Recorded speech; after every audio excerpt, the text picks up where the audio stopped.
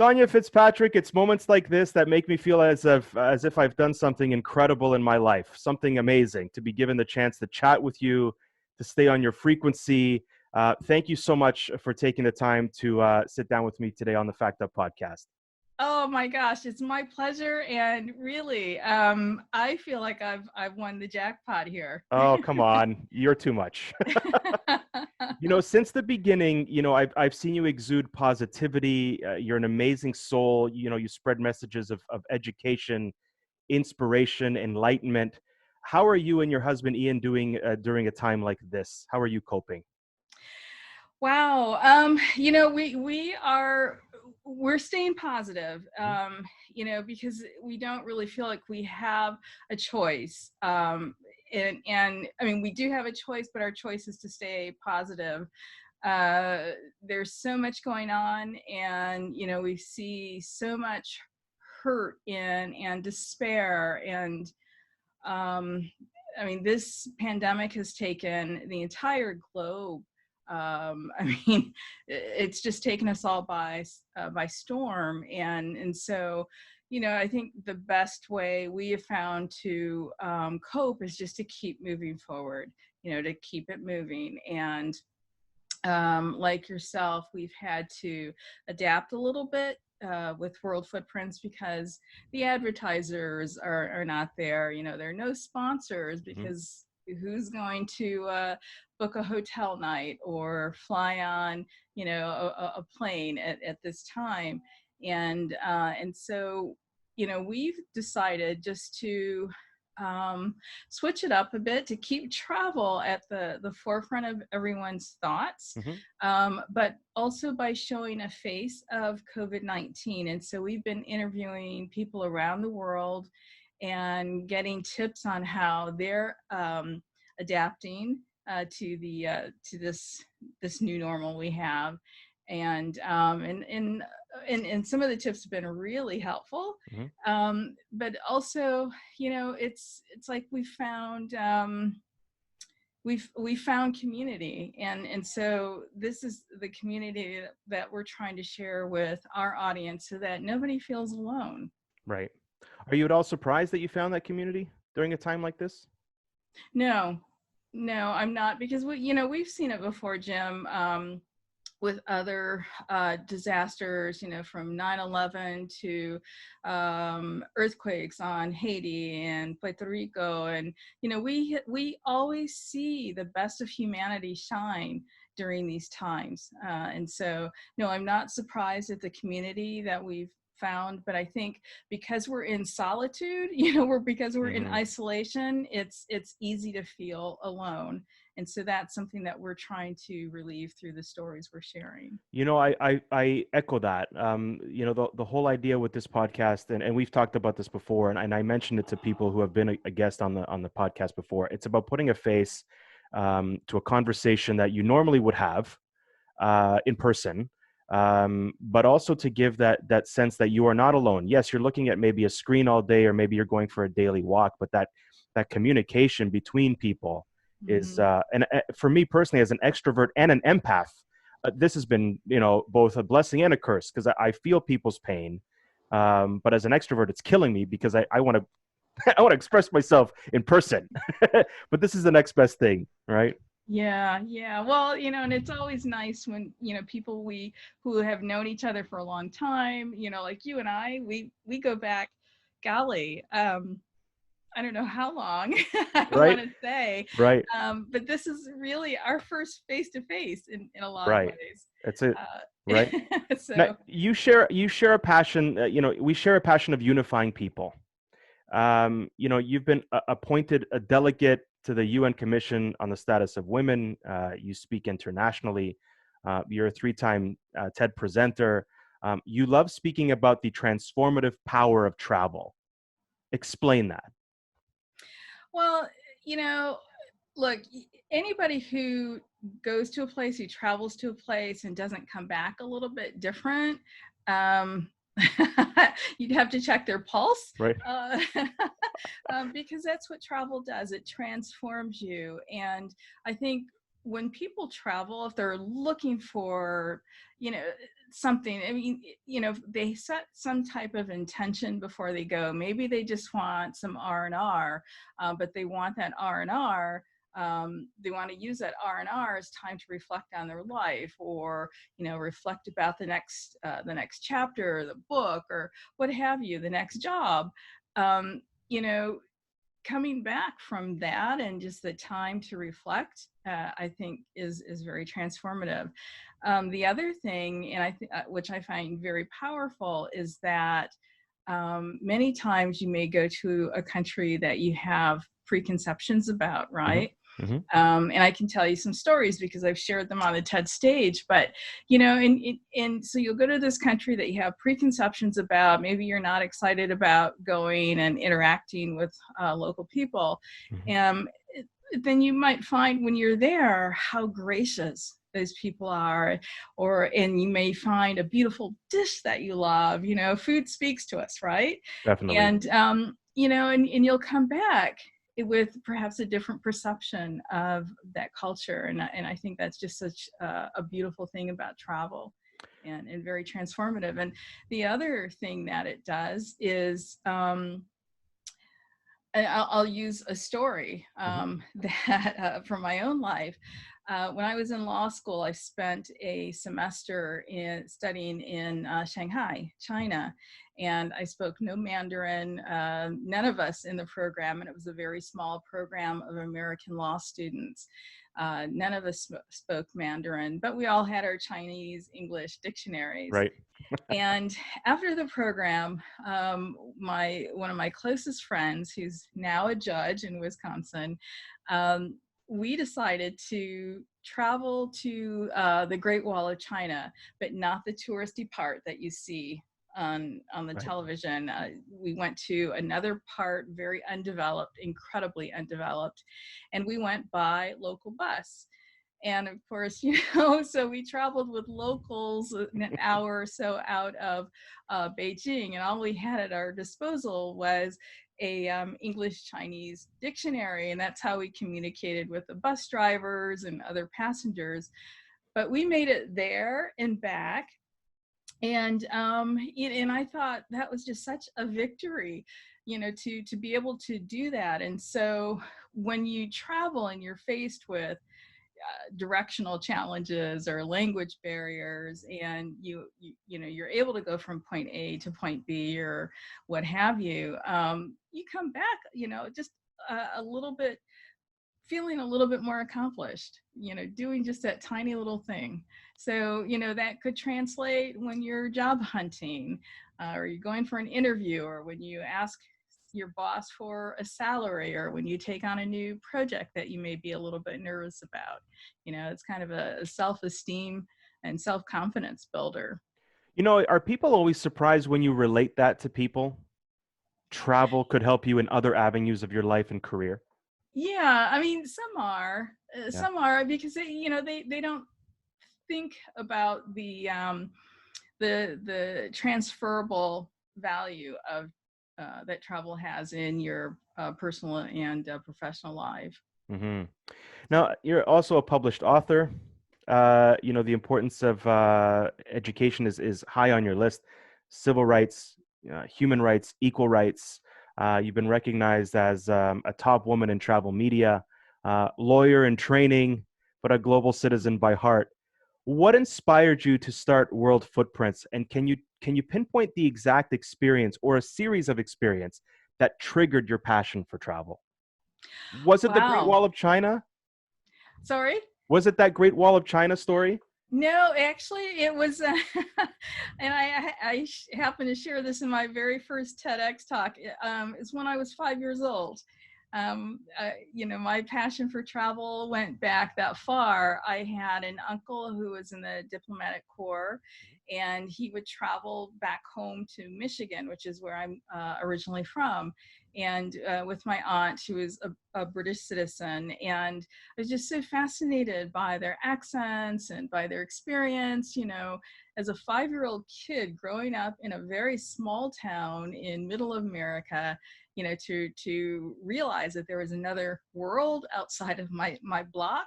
Right. And so I promised myself back then that I was going to move to London one day. And I actually made it happen. Several years later, post college, I went to London. I ended up doing grad studies there, and I tried my darndest to stay. But I wore out my visa, so I was asked to come back. Right. But I've been back, quite a few times since then. But but that was it. And when I moved to London, it just opened up the entire world to me. I had a ton of international friends, many who I met when I lived in Southern California. And so I would just hop around, on the weekends. I'd take a plane or the train and go, from London to France, or London to Austria, or London to Germany. I mean, I was all over the place. Even Russia, I spent a summer in Russia when I first moved there. And, and once the travel bug bites you, I mean, there's just no recovery from it. Right. Which leads to World Footprints, right? Eventually. What was the inspiration behind that? Was it, I guess, the series of travels in London and France and Europe and just kind of worldwide? Well, it actually started, Ian and I, my husband and I were, who's also a lawyer. We were traveling in San Francisco. I took him there for his birthday one year, and we met these two lovely women. They were sisters, and one happened to be a life coach, unbeknownst to me. And I was complaining about work and just feeling unfulfilled. At that time, I was a senior legal advisor at Homeland Security. Wow. And I loved my boss. But I just didn't like the government environment, and I knew that there was something more I needed to do with my life. I should be doing with my life. And Ian, actually, when we got back to our hotel room after several cocktails with these ladies, right. He life coached me. And I mean, within minutes, there were specific questions he asked. And he was prompted by the woman that we met, who still happens to be a friend of ours today. And one of those questions was, what made you happy as a child that still makes you happy today? And you'll remember my story going back, when I was 5 years old. Right. That made me happy, just pretending I was a British citizen. And I, adapted my uncle's accent. And so I was kind of a popular kid on the playground. Everyone thought I was from England. Right. But that made me happy. And just the thought of, of traveling the world and bringing people together. And so when we came back to DC from that trip, I think within a month, I left my job at Homeland Security because I had decided that night that travel was my happy place. Travel was, it was more than a passion. It was so ingrained in my DNA. Yep. And I knew that I wanted to do something special with travel. I didn't want to just talk about the pretty places. I wanted to use travel as a way of connecting people. And I think that's probably one of my biggest gifts. I like connecting people. I'm a connector. And so I thought I'll use that gift and combine it with this passion. And I also ended up finding a way to even integrate law into what we're doing, because we, with World Footprints, we focus on a lot of social issues. Human trafficking is something that is very dear to us. We have done a lot raising awareness about human trafficking. And the environment is key. And we see, what we have done to this planet just at this time. We see the correction the world has made. And so that's a message I want to continue spreading. And in fact, I'm interviewing tonight a photographer, almost from your neck of the wood, Mm-hmm, mm-hmm, mm-hmm. who has done some beautiful work, raising awareness about, just trash, like computer trash and plastics. And he's taken these destructive materials and have made some beautiful works of art with them, just to raise awareness or start, the conversation about how destructive these things are. Right. So yeah, and so I feel like everything has come full circle, and I am where I'm supposed to be. I don't know what's next for me, but I know, this will always be a part of who I am and what I do. But over the past few years, I don't think I've been alone. The advent of the selfie stick, the inadvertent clotheslining of people to get that shot. There was an article that came out today about a young woman, I think it was in Kazakhstan or Turkey, one of those two places, where she went over a safety fence and actually was posing for a photo, slipped, fell 100 feet to her death.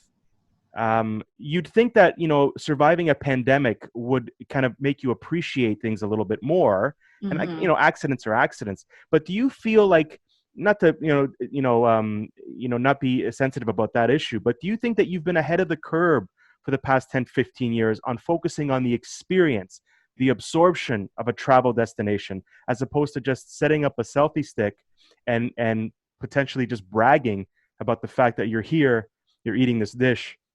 Do you think that it's more of an education experience, and you being ahead of the curve, far sooner than most people? Right. Well, I mean, I hope so. And not to, there's a place for the influencer, although they're suffering terribly right now that, nobody's buying campaigns with them or initiating campaigns with them. But I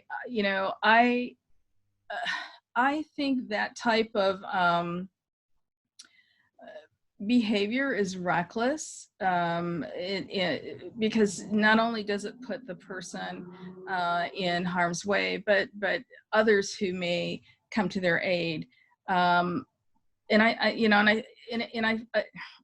hurts me that that's the only objective that some of those folks wanted.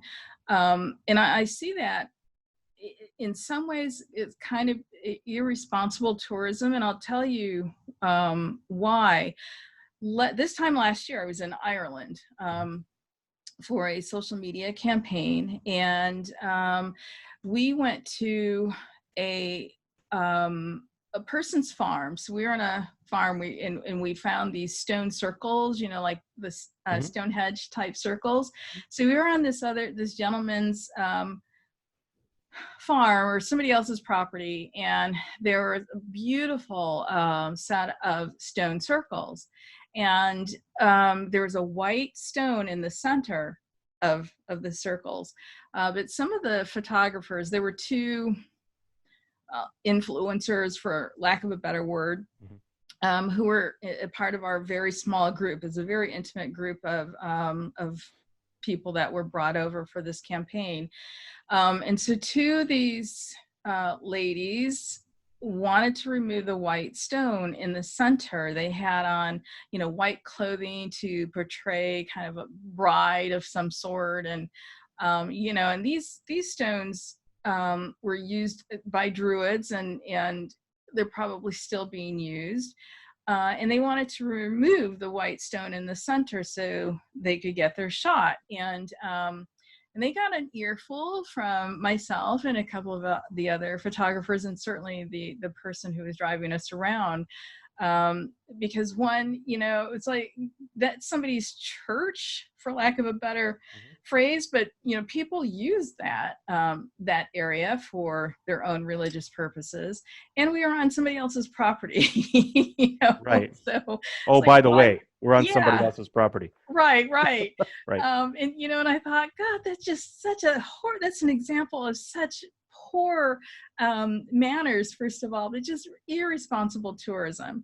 And luckily, we weren't off a cliff, but I'll tell you, on that same trip, we were by some waterfalls, and there was another photographer, not part of our group, but she climbed over this fence and down a little slope to take a photograph of a photo that I could shoot with my little iPhone camera, zooming in from the safe distance of the sidewalk. And so I took a picture of her as well, just because I couldn't believe that she crossed those boundaries to get a shot of a flower Mm-hmm. on the edge of a cliff. Mm-hmm. Right. So, What happened? How did it get to this point? I don't know. I don't know. I think the advent of the selfie stick and the purpose of the selfie stick probably helped things along, coupled by these new social media campaigns that keep popping up, and the likes that everybody wants. I mean, it's all about the likes.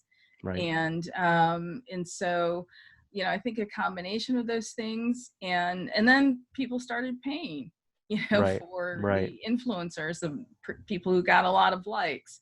We have a modest set of likes on our Instagram and Mm-hmm. YouTube and Pinterest, but there are people, and I'm okay with that. They're loyal. Right.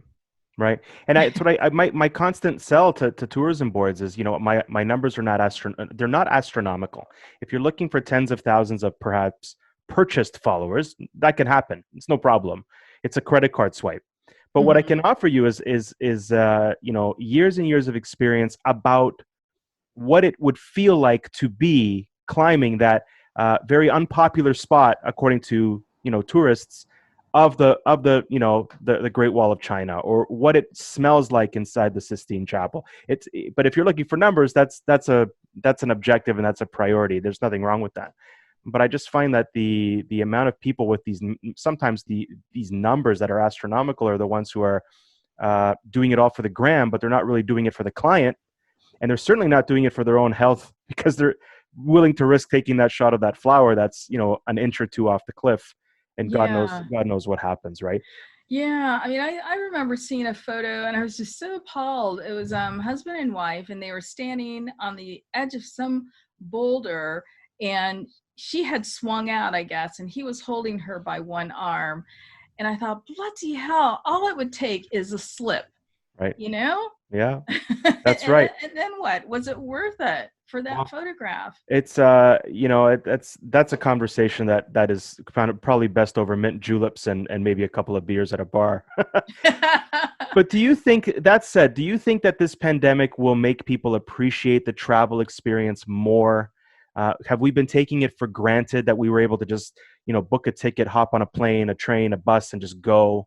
Or or does it make no difference at all? No, I mean, I really hope, and I really believe, when the world opens back up to us, that and when we're able to travel, first, I know we're going to stay pretty local. I mean, because safety and health is of utmost concern to people. But I think people will start trying to make their travel count. And I spoke to somebody, golly, just a couple of days ago. Um, actually, a friend of mine yesterday, who interviewed me for her book, and she said, this time last year, we were in Barbados, and that's the last time. They live in England, and she said that's the last time that we had a family holiday. And she said, had we known, we would have thought differently about this trip. And so I think going forward, people will really try to make their travel count, and Mm-hmm. and really appreciate what's available, and probably even go a little bit deeper, and maybe not just hang out on the beach the entire 7 days with a drink with an umbrella, but look at the service staff and maybe interact with them and understand what they experienced during this time, and enjoy the food, and think about how different cultures have merged in their locale to create this beautiful dish.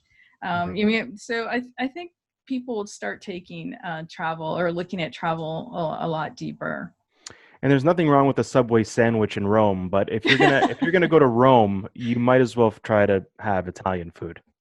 Please do. Come Please on, do. right?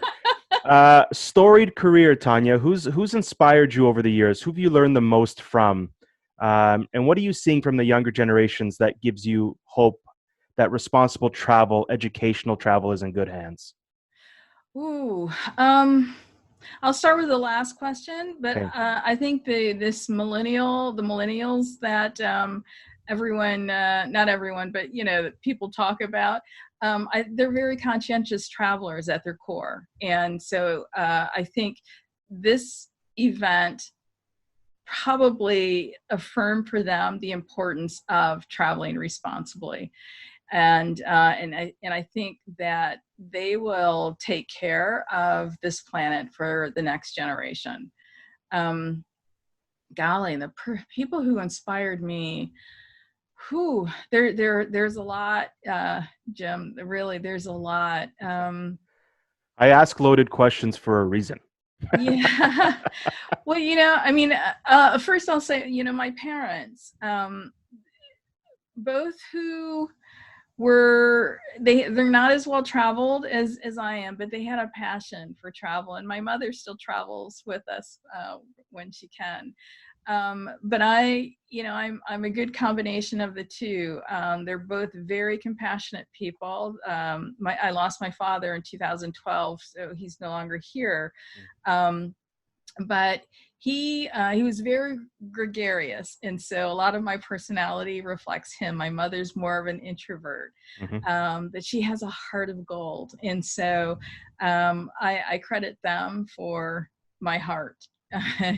But in others, Maya Angelou, when I interviewed her, and just reflecting on her life experience, and just the transparency, and the generous sharing that she did of her life, and her view of the world, which no surprise mirrors ours. You know, Absolutely. um, she was. I can't tell you how much she blessed me when I interviewed her. Um, yeah, I mean, golly, the list really goes on. That leads me to my next question. You have a multi-award-winning podcast that you host with your hubby Ian. You've had everyone from the late Dr. Maya Angelou to filmmaker Ken Burns, who I love as well. What do you hope listeners take away when they listen to your podcast? I hope they take away some inspiration, and I hope they take away an understanding of how important it is to be good stewards of this world. It's the only home we have, and it's worth protecting. And I really hope they take away interest in exploring other cultures, and even challenging themselves to visit a country where people don't look like them, and immerse themselves in those cultures, and just really understand that we all share a common humanity. We are all one people, and it's clearly evidence here through this common experience we're going through today. And so I hope, if nothing else, they come away with a greater appreciation for this world, for the beauty it offers, for the wonder it offers, and I hope their curiosities are piqued enough to explore responsibly. Couldn't have said it better myself. My last question for you here, Tonya, is this. Whenever I land on an island called Rhodes, Greece, it's where my mom's from. Every time I land there, I kiss the tarmac. I feel like my soul lives there. My innards just melt. My question for you is, all the travels that you've done around the world, everything that you've experienced so far, where do you feel your soul lives? Mm, um,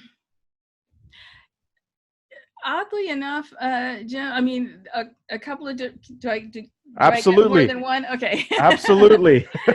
um, and I'll speak for my husband. We love Brazil. We love Brazil.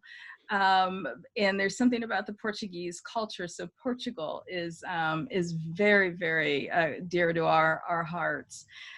Iceland is another place. It's a very mystical place, and there's something about Iceland that just captures us.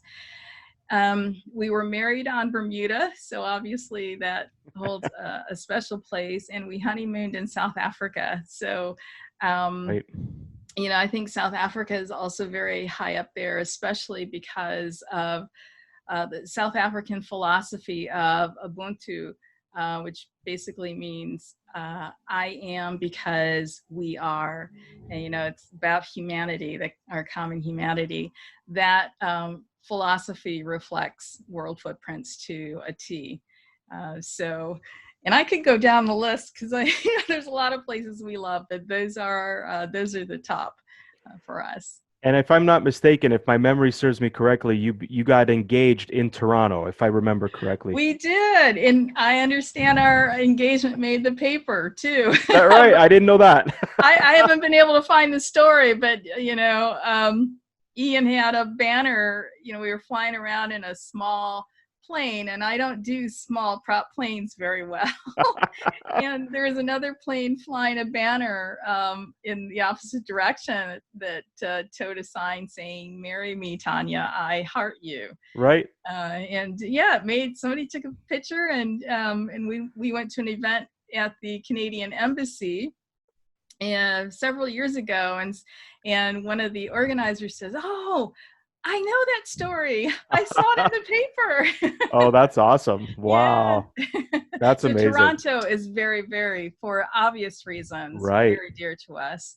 Tonya Fitzpatrick, co-founder of World Footprints, rather. Thank you so much for taking the time. I hope that you, Ian, and everyone in your world continues to stay safe and healthy. And yes, our common humanity will guide us past this pandemic and into greener pastures, as they say. Oh, thank you very much, my dear. Thank you. Be safe. You too. Thank you so much. Ciao.